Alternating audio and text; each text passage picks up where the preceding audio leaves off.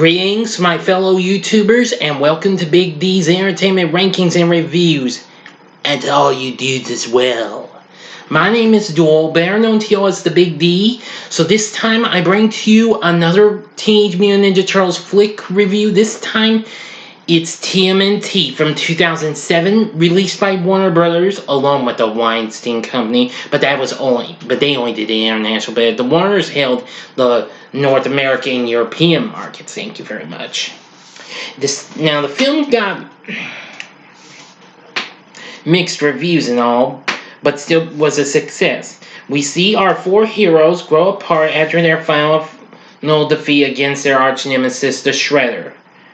When strange things are happening in New York City, as ancient creatures threaten the world, and the Turtles must reunite to save it. Anyway, I find out that this has some pretty good voice acting. Of course, we've got several voices. Lawrence Fishburne as our narrator. Plus, we also have the voices, the voices of James Arnold Taylor, who was best known for voicing Ratchet for most of the games of the Ratchet and Clank series, as well as TV's Johnny Test and others as Leonardo. Nolan North voices Raphael. Mikey Kelly does Michelangelo, and Mitchell Whitfield does Donatello. Now, but they have an all-star cast that includes Chris Evans, of course, before he was Captain America as Casey Jones. Of course, he was the Human Torch in the Fantastic Four series at the time, because the second one came out the same year this did. Voicing April O'Neil is TV's Buffy the Vampire Slayer herself, Sarah Michelle Gellar. And there were two different voices for Splinter, Mako Iwamatsu and Greg Baldwin. I think Greg Baldwin did the American version, I may be wrong. Voicing the actual main antagonist is, well, I'll explain a little bit. But there's also other voiceovers, including John DiMaggio, Kevin Michael Richardson, Fred Tasseur, even Kevin Smith, and voice god Frank Welker. So, let us begin. Now, we begin with a little bit of what happened 3,000 years ago. A warlord named Yotol opens a portal into a parallel universe and becomes immortal. But his four sibling generals are turned to stone. The portal also releases 13 immortal monsters that destroy his army and his enemies. In the present, our heroes in a half-shell have grown apart after defeating the Shredder. Master Splinter sent Leo to Central America for training, where he protects a village from local bandits. Don works as an IT specialist. Mikey works as a birthday party entertainer called COWABUNGA Carl. And Raph continues to fight crime at night as a vigilante known as the Night Watcher, which he keeps a secret from his family and friends.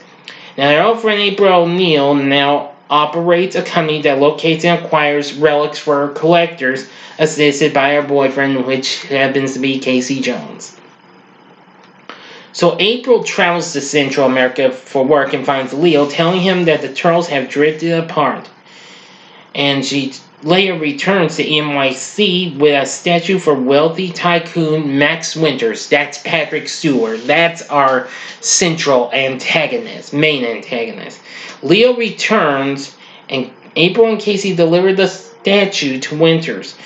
And he hires Shredder's former second-in-command, Karai, and her Ninja Foot Clan to search the sea for the 13 monsters before the portal opens again. Now, Raph encounters Casey, who reveals his knowledge of his double identity and joins him in hunting criminals. Now, unknown to everyone, Winters is actually Yotl and is still immortal. He reanimates his four stone generals using technology created by his company. So, Leo manages to return to the lair in the sewer, reuniting with his brothers and their master. who forbids the turtles from fighting until they can act as a team again. While training, encounter one of the 13 beasts, Bigfoot, battling the Foot Clan. But they engage on Bigfoot going against orders. So, later, when Raph visits Casey, they encounter Vampire Succuber, I think that's how you pronounce it, and witness it's captured by the Foot and the Stone Generals. Well, despite a successful escape, Raph's knocked unconscious, and Casey takes him back to the apartment while April calls the other turtles for help and reveals the identity of them. Raph suggests they pursue, but Leo forbids him to go until Splinter gives him permission. Raph angrily quits the team and investigates alone. So the rest of the turtles make their next move as Dawn discovers the next portal will open over Winter's Tower. So Master Splinter tells Leo that his team is incomplete and that he knows what he must do. After 11 monsters have been captured, now General Aguila, I can't remember. I've only watched this one time. Sorry. Questions Yalto's plans for them in the portal. The generals conspire to betray him, wanting to remain immortal. And as the Night Watcher, Raph encounters the Jersey Devil, one of the remaining monsters, but drives it off. And Leo actually fights his own brother, not knowing that it's him. After his helmet is knocked off, he can't believe it. Another fight breaks out, but when he breaks one of Leo's swords, Raph runs away in a fit of guilt and shame. And the general sees Leo, intending to substitute him for the 13th missing beast. Raph decides to make amends by rescuing him. And as the portal opens, Yalto's discovered his general's treachery, while Splinter and the Turtles, accompanied by Casey and April, fight their way through and stop the Foot Clan and breach the tower. Yalto reveals the truth to the heroes. He only wants to send the monsters back where they came from and be freed from his curse of immortality. The generals reveal that they wish to preserve their immortality, but also to use the portal to bring in more monsters to conquer the world. Now I will go ahead and finish this, so you got 5 seconds to stop, and then go to the description box and fast forward to the time to avoid the ending. Okay, you were warned. Now, after having refused to betray Yalto in exchange for serving the generals, Karai, April, and Casey and the Foot Clan form a truce and work together, searching for the final monster, the sea monster, while the turtles fight the generals. Splinter and Yalto fight off numerous monsters emerging from the portal. Now, April, Casey, and Karai arrive at the tower with the sea monster, but it crashes into the generals, dragging them into the portal before it closes.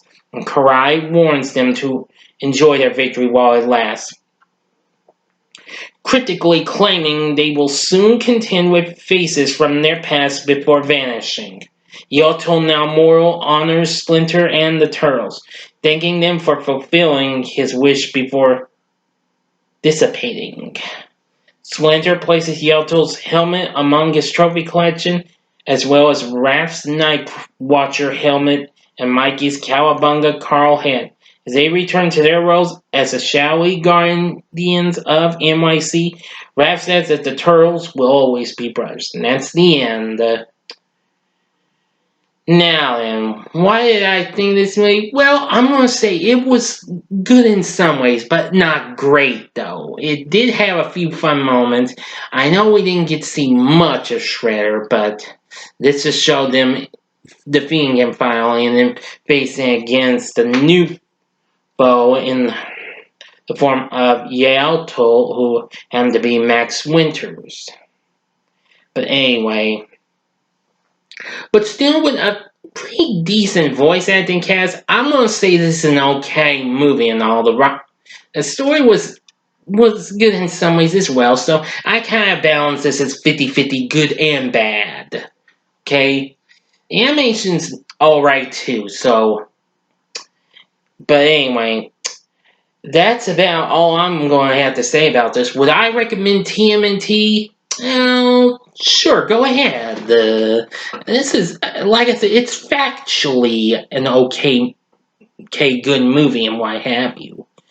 So, if you are a Ninja Turtles fan, check it out if you want to. I caught it on Prime last year, so I finally caught it. And believe me, I'd much rather rewatch it over the third TMNT movie. Thank you very much. Now, what did you think of TMNT? Please feel free to tell me in the comments section below. Like and subscribe to my channel as well and be a part of the Big D Nation. Join me again next time when I review a big, mean, greeny Hulk. Now, don't worry, I will finish the TMNT movies later on Sunday when I review the Paramount Michael Bay movies. And of course, also tomorrow, look for a review of the newest Disney and Pixar anime feature, Onward, which of course will be a spoiler-free review. And of course, you can find me on Facebook. You can find the Big D's Entertainment Rankings and Reviews group on here. You can also check me out on various other Facebook groups like Horror Enthusiast 101, Mike Trulock Reviews, and Heather's Movie Hut, Movie Talks and Reviews. Yeah, believe me, the list goes on. And I'm also on Letterboxd. So anyway, enough said. Thanks for watching my review of TMNT. Now if you liked what you saw, check out these recent vids. In the upper left hand corner is my review of the first Teenage Mutant Ninja Turtles movie. In the upper right hand corner is my review of Teenage Mutant Ninja Turtles 2 The Secret of the Ooze that I reviewed yesterday. And the bottom left hand corner is my review of Teenage Mutant Ninja Turtles 3, which I did earlier today. In the bottom right hand corner is the button you can click to subscribe to my channel and have more rankings and reviews with more the Big D. Thank you again for watching. Until next time, I'm the Big D saying, see ya.